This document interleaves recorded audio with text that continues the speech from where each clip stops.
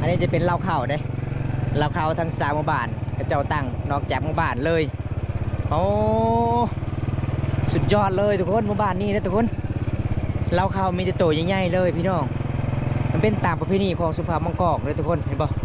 กระเจ้าตั้งเหล้าข้าวเอ้ยกกเอาผู้บ่าวพังไทยขะดองเท่าไหร่เมียเท่าขะดองลูกสาวนะกัดบนอ่อนยับกัดบนประนกไข่ก็ดำลังคุมบานไข่มันไปแช่ต้องก็บอกให้น้ำปลาหันไอ้กินไม่ได้นาบืนตู้น้ำปลากว่าก็จะกวายเละแม่เบิ้ลแม่อ้อเจ้าก็ต้องเฮ็ดถูกตามกฎหมายเนาะโอ้ตอนนี้เขาเจ้าเป็นแฟนกันนี่ได้บ่เขาเป็นแฟนกันน้าก็ได้กระดาษกูไข่ให้กวายโปรเอายันตัวฮะเขาบอกให้เอาเนาะดะปืนก่อนก็อยากกินลูกไข่เขาบอกให้เนาะโอ้ทุกคนอันนี้แม่เพิ่นว่าบ่มีขะดองบ่แม่นบ่มีขะดองก็คือคันสิเอาลูกสาวเพิ่นต้องถูกตามกฎหมายลาวบ้านเฮาเนาะต้องผ่านสถานทูตไปพร้อมนะทุกคนคันคนลาวเองนี่ก็สบายเนาะอันนี้คนพังไทยเอายากทุกคนบอมตากับบริแมนมาเยี่ยมมายามเพิ่นทุกคนไปถามข่าวๆแล้วก็มีหลายคนเนาะว่าลูกสาวเพิ่นเอาผู้บ่าวพังไทยความจริงก็คือเอาบ่ได้เด้อทุกคนเลยเงินบ่ลายเนาะ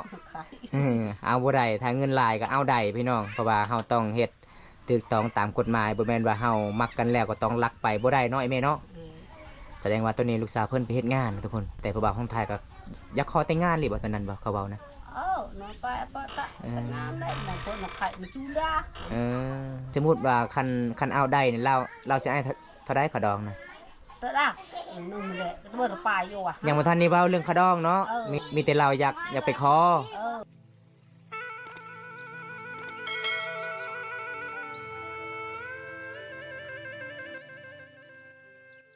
ทักสวัสดีทุกคนสบายดีบรรยากาศยามแรงทุกคนนะมื้อนี้หลังจากที่บอมตากะมาเดินทางขึ้นไปสู่หมู่บ้านตำรวจทุกคนเลยอันนี้ก็คือระหว่างการเดินทางก็จะเป็นบ้านนรงตอนนี้บอมตาอยู่ที่บ้านนรงเมืองน้องอันนี้จะเป็นเส้นทางโฮจิมินห์เลยทุกคนเห็นเส้นทางโฮจิมินห์ในสมัยแต่สงครามบอกเขาเจ้ากะก่อกำแพงไว้ให้กำแพงไว้พี่น้องอันนี้คือเส้นทางโฮจิมินห์สมัยแต่สงครามเขาเจ้าก็ต้องเอาก้อนหินนะทุกคนมาทุกคนก่อนสิขาวหมู่บ้านอันนี้จะเป็นเหล้าข้าวเด้เหล้าข้าวทั้ง3 หมู่บ้านกระเจ้าตั้งนอกจากหมู่บ้านเลยโอ้สุดยอดเลยทุกคนหมู่บ้านนี้นะทุกคนเหล้าข้าวมีแต่โตใหญ่ๆเลยพี่น้องมันเป็นตามประเพณีของสุภาพมังกรเลยทุกคนเห็นป่ะกระเจ้าตั้งเหล้าข้าวเรียนติดกันเลยบางคนก็มีเหล้าข้าวใหญ่บางคนก็มีเหล้าข้าวน้อยๆเด้โอ้สุดยอดเลยพี่น้องทุกคนเห็นปะคือสีขาวมาบาทนี่ทุกคนเลยเห็นแล้วเขาเจ้ากะโคตรลายเลยโอ้บอมตายเดินทางกันแล้วมาบางมันคือมาบาทนี่เลยทุกคนเห็นปะแล้วเขาเป็นทุกคนโตยังงามเลยบางคนมาเข้าใจว่าจะเป็นบ้านคนบ้านโมแมนทุกคนอันนี้เป็นประตูเล่าเขาเจ้าไว้เข่าหน้าเข่าไร่นี่เดี๋ยวบอมตากระสีหล่อให้เอฟซีนะครับชมรอบๆเลยทุกคนเลยโคตรลายเลยมื่อนี้บอมตากะมาเดินทางอยู่ที่หมู่บ้านตำรวจทุกคนเลยเพราะว่าบอมตาครั้งแรกเลยได้เข้าหมู่บ้านนี้ได้ก่อนสิเข้าหมู่บ้านในเขตชนบทก็คือได้เห็นเขาเจ้ากับตั้งเราเขานอกจากหมู่บ้านเด้อทุกคนอันนี้จะเป็นเราเข้าเด้อบ่แม่นบ้านคนทุกคนจะเป็นเราเข้าเขาเจ้าใส่เข่าให้เข่าหน้าทุกคนเลยหลังจากหมู่บ้านเขาต้องเข้าไปในลึกอีกทุกคนประมาณ200 เมตรตอนนี้บอมตากะเดินทางกับทีมงานเฮา2 คนคือเก่าไปกับน้องสายบอมตาบวงพามังกรทุกคนอันนี้เป็นออกคิดว่าอันนี้ก็คือเล่าข่าวในเขตชนบทเขาเจ้าก็ต้องเฮ็ดละลายเลยทุกคนตั้งนอกจากหมู่บ้านเลยทุกคนก่อนบอมตาสิเขาหมู่บ้านนี่กาสิได้เห็นเล่าเขาเจ้ากาใส่เข่าให้เข่าหน้าตามเป็นประเพณีของชนบทลาวหมู่บ้านนี่ทุกคนชนเผ่ามังกรอันนี้ก็คือเขาเจ้ากัดใส่กุญแจเลยทุกคนเลยเห็นบ่ว่าจะเป็นดินเห่ากระยาถาถึกบอลเห่าตังเล้าเข้าเขาจ้องตังกาเลี้ยนกันเป็นแถวเลยทุกคนป้าอันนี้มันพังเลยเด้อทุกคนพังแล้วโอ้โคตรลายเลยเล้าเขาพี่น้องนี่บรรยากาศหมู่บ้านนี่ทุกคนไปตามหมู่บ้านเลยบอมตาเขามาครั้งแรกในชีวิตเลยตอนนี้เขาก็สิเลาะหมู่บ้านก่อนนี่ครับชมประเพณีของชนบทลาวหมู่บ้านตำรวจทุกคนภาพบรรยากาศยามแรงๆ ป้าครั้งแรกในชีวิตเลยบอมตาเดินทาง แล้วมื้อหน้าก็ให้ลูกเคยพังไทยแล้วไปเฮ็ดซอยเฮือนงามๆแม่เฒ่าเอ้ย ได้เคยมังกรคนหนึงเคยพังไทยคนหนึงโอ้ดีใจนะแม่เฒ่าหลายเด้อทุกคนเบิ่ง FC บอมตาเต็มเลย เฮือนสารปันซองเพิ่นก็ยังบ่มีเนาะแม่เฒ่าเนาะโอ้ส่วนลูกสาวก็เอาพัวปะยังมีบ่ลูกสาวต่อไป เนี่ยก่อนคือไปลำตึงบินเนี่ยมาลำ หมดเอา ลาห้อยตึงบินเลย โอ้ลูกสาวลา อืม โอ้ลูกสาวผู้ที่สองก็คือเอาพัว บินเนี่ยกั น้องสายบอมตาเอง แล้วก็เอื้อยกกเอาผู้บ่าวพังไทยขะดองเท่าไหร่แม่เฒ่าขะดองลูกสาวนะ โอ้กัดบนอ่อนยับกัดบนประนกไข่ก็ดำลังกุมบานไข่มันไปแช่ต้องน้ำปลาหันไอ้กินไม่ได้นาบือใช่ตู้น้ำปลากว่าก็จะกล้วยเละแม่เบิ้ลแม่อ้อ ต้องเขาเจ้าก็ต้องเฮ็ดถูกตามกฎหมายเนาะโอ้คันทาเอากันสมมติว่าตัวนี้เขาเจ้าเป็นแฟนกันนี่ได้บ่เขาเป็นแฟนกันน้าก็ดักหนูไข่ให้กล้วยโปรเอาจัดตัวฮะเขาบอกให้เอาเนาะเพราะแทงกินมันไข่ฮะโอ้เพราะแทงมาด้วยดะปืนก่อนก็อยากกินนกไข่เขาบอกให้เนาะโอ้ทุกคนอันนี้แม่เพิ่นว่าบ่มีขะดองบ่แม่นบ่มีขะดองก็คือคันสิเอาลูกสาวเพิ่นต้องถึกตามกฎหมายลาวบ้านเฮาเนาะต้องผ่านสถานทูตไปพร้อมเลยทุกคนก็คือลูกสาวเพิ่นตรงนี้ไปเฮ็ดงานอยู่ประเทศไทยไทยเมื่อกี้ไปเฮ็ดงานทุกคนเลยก็มีหนุ่มไทยขอแต่งงานก็คือทางเจ้าหน้าที่ลาวเฮาก็ต้องเอาถึกต้องตามกฎหมายทุกคนเพราะว่าคันคนลาวเองนี่ก็สบายเนาะอันนี้คนพังไทยเอายากทุกคนแม่นเพชรงานเนาะลาวเพชรงานทุกคนบ่แม่นว่าลูกสาวเพิ่นเอาเลยบ่แม่นเด้ลูกสาวเจ้าไปเฮ็ดงานอยู่ประเทศไทยบ่สายไฟเนี่ยบ่แม่เฒ่าโอ้ติแปลนกี่ล้านนี่ก็จะ6 ล้าน6 ล้าน5ก็7 ล้าน8 ล้านกับน้องกอยแปลอยู่ตารางนี่บ่กี่ไปห้องด้วยหลอกนะโอ้เอาคอยเลยดีใจคิดว่าเจ้าได้ทางลูกเคยพังไทยแล้วยังบ่ได้เนาะยังบ่ได้คือเก่าเขาไว้เอาเด้อทุกคนเลยต้องมีเงินหลายเนาะเอาได้เนาะคนจนคือเก่าเอ้ยแม่นนี่ก็คือเงินสารบ้านช่องเพิ่นเอ้าคือมีเสื้อผ้าผู้หญิงอันนี้ลูกสาวเจ้าบ่เกมาก็บ่แท้ต่อเครื่องอันกับบ้านลำปางโดยเสื้อผ้าลูกสาวเจ้าไปเฮ็ดงานอยู่พังไทยนั่นแหละโอ้โดยบอมตากับบริแมนมาเยี่ยมมายามเพิ่นทุกคนไปถามข่าวๆแล้วก็มีหลายๆคนเนาะว่าลูกสาวเพิ่นเอาผู้บ่าวพังไทยความจริงก็คือเอาบ่ได้เด้อทุกคนเลยเงินบ่หลายเนาะเอาบ่ได้ถ้าเงินหลายก็เอาได้พี่น้องเพราะว่าเฮาต้องเฮ็ดถูกต้องตามกฎหมายบ่แม่นว่าเฮามักกันแล้วก็ต้องลักไปบ่ได้เนาะไอ้แม่เนาะต้องถูกต้องตามกฎหมายบ้านเฮาทุกคนเลยเฮาต้องมีระเบียบเรียบร้อยทางกฎบ้านเมืองเฮาทุกคนแสดงว่าตัวนี้ลูกสาวเพิ่นไปเฮ็ดงานทุกคนบ่ได้เอาผู้บ่าวพังไทยเด้อแต่ผู้บ่าวพังไทยก็อยากขอแต่งงานหรือบ่ตอนนั้นบ่เขาเว้านะน้องไปแต่งงานได้บางคนมาไข่มาจูดายังไงกี่ตาคันสมมุติว่าคันเอาได้นี่เราสิให้เท่าใดขะดองนะเท่าใดนึงแหละเบิ่นไปอยู่อ่ะยังบ่ทันนี่เว้าเรื่องขะดองเนาะมีเรามีแต่เราอยากไปขอเราไปแท้อ้าวคันให้ลูกสาวโยนี่ให้ผู้บ่าวพังไทยอยู่บ้านลาวก็บ่ได้บ่เขาบ่ให้บ่ก็บินนี่ตอนต้นไปมาหาดาวต้นแม่นเขาบ่ให้ดินอนไปเที่ยวเมียนไปเที่ยวได้อยู่แม่ทางไปเที่ยว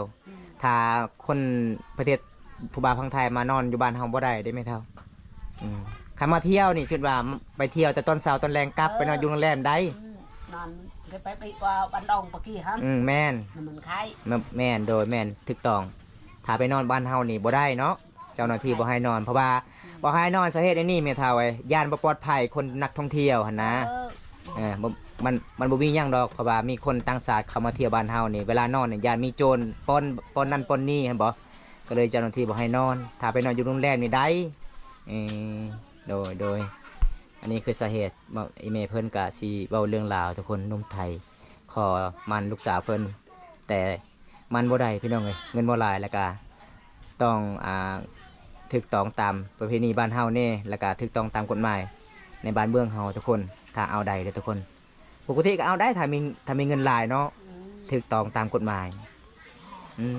เราเคยมาจักเทื่ออะไรอยู่บ้านลูกเคยพังไทย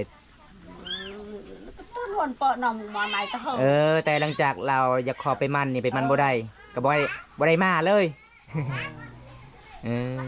มันบ่ได้บ่บุญนะ มันบ่ได้เจ้าหน้าที่บอกว่าต้องมีเงินหลายจึงขอแต่งงานกับสาวลาวถ้าคนลาวเองนี่สบายเนาะ ไปเนาะ คันไปเฮ็ดงานนี่ได้เนาะ อันนี้น่ะคือว่าไปนำลูกเคยล่ะ ลูกสาวเพิ่นไปเฮ็ดงาน อ๋อ บ่แม่น งาน บ่แม่นไปเอาผัว บ่แม่นแบบพัวเนาะเป็นงาน เฮ็ดงานไปรับจ้าง ไปรับจ้าง ค่อยก็ดีใจกันแล้วจะได้ลูกเคยพังไทย nào cái đây nào có mà เพราะว่าคนเมืองนองเฮานี่บ่มีเด้ลูกเคยฟังไทยมีแต่ลูกเคยฟังกองเวียดนามมีเนาะเวียดนามเนาะเวียดนามมีเด้อยู่บ้านตะกอหลายคนเด้ มี เวียดนามมาอยู่นำ เวลาฟังไทยเนี่ยบ่ได้มาอยู่เนาะ เรื่องนอนก็เข้าบ่ให้นอนเด้อบ่บง แม่ เวลาไปเที่ยวใดกันถ้ายังนอนแต่ไปนอนอยู่บ้านพัก ก็คือตอนนี้ก็ยังบ่ทันได้แต่งได้มันเนาะไอ้แม่เนาะ ยังบ่ได้เลยล่ะว่าอันนี้ก็คือลูกสาวเพิ่นได้ใส่เพชรพากะลูกสาวเพิ่นเพชรงานลูกสาวผู้ที่สองเอาลานเบาตาเนี่ยเท่าไดขาดอกนะ เท่าไหร่มีกระดองนะ thế cả mà nhẹ chip lát làm สิบ cả lò โอ้10 ล้านเนาะ ลูกสาวลาเนาะ10 ล้าน 10 ล้านเดี๋ยวนี้ซื้อหยังบ่ได้ mà đồ cái miệng là tu dao แม่น เพิ่นก็ว่า เพื่อสิเฮ็ดงานดองลูกสาวกับเบิดเลยเด้กว่า10 ล้านนี่เบิดแม่นทุกคนเด้ลูกสาวเพิ่นมี3คนเอาผัวหมดแล้ว ตอนนี้ยังเหลือไอ้แม่เพิ่นกับไอ้พ่อ เฮ็ดหยังบ่ได้ อ๋อ เฮ็ดให้กันบ่ปีนี้บ่ tùy xài cụ có cỏ chị โอ้ liền ngâm bằng là อยู่พุ่นพ่อโค tay ตรไก่ là rèo người โอ้ฝนสิตกว่ะ เพิ่นก็ดำรงชีวิตคนสู้ชีวิต ฝนสิตกเลย อืม สภาพอากาศ เขาบอกว่าแซวเขาว่าโอ้ยทางนั้นได้ลูกเคยเลยเด้อเขาบอกไอ้หยังก็ลูกเคยซื้อให้เฮ็ดให้ สุดท้ายมาก็บ่เห็นเนาะเขาว่าเมียเฒ่ามีเฮือนมีซ่านนะเขาบอกเด้ออันนี้เป็นความจริงนะทุกคน แม่น บ่แม่นเฮาสร้างคอนเทนต์นี่เป็นเฮือนนี่เมียเฒ่าอีหลีเด้ออันนี้ก็เฮือนเก่าอันนี้ทุกคน อันนี้เป็นเฮือนเขาเจ้าก็สิเฮ็ดแบบให้ลูกสาวเพิ่นนอน cái bài tạ này kia đây qua nó tắt cầm pia nó เออ phát đi ra mò rẽ thì tạ này ไอ้แม่เฒ่าเฮ็ดเฮือนอันนี้ตอนน้องสายบอมตามาเรียนลูกสาวไอ้แม่บ่มีเฮือนอยู่เนาะคันสิอยู่เฮือนเก่ามันก็เต็มก็เลยเขาเจ้าเฮ็ดอยู่นี่ทุกคน บ่แม่นน่ะนะครูบาฟังไทยมาเฮ็ดให้เนาะแม่เนาะ không thầy โอ้ยบางคนคือว่าแล้วบางคนว่านั่นนี่เนาะนี่คือความจริงเนาะบรรดาเนาะ เป็นความ ที่ จริ แท้ ง น่ะบ่ได้ยังอีเมลน่ะ แม่นลูกเคยก็บ่ได้ คุยก็บ่ได้ซะ ไอ้แม่เพิ่นหัวเลยคันเว้าลูกเคยฟังไทย tao ơi hàm bừng lục khơi ใครเนาะมีข้าวซอยเวียกสวยงาน rồi thì ใจแล้ว เอาทุกคนหลังจากมาเยี่ยมมาย่ามแม่เฒ่าเพิ่นมีเฒ่าเพิ่นว่าล่าสุดตอนนี้บ่ได้ลูกเคยฟังไทยเด้อทุกคนความจริงบ่ได้เด้อทุกคนเลย เพราะว่าลูกสาวเพิ่นตอนนี้ก็ไปหาเงินหาคำได้เงินแล้วก็ลูกสาวพักเงินเนาะแม่เฒ่าเนาะโอ้เฮือนแม่เฒ่าก็ทุกข์ยากทุกคนเลยอยู่นํกันยังสองผัวเมียปีนี้เฮ็ดให้จักบ่อนแม่เฒ่า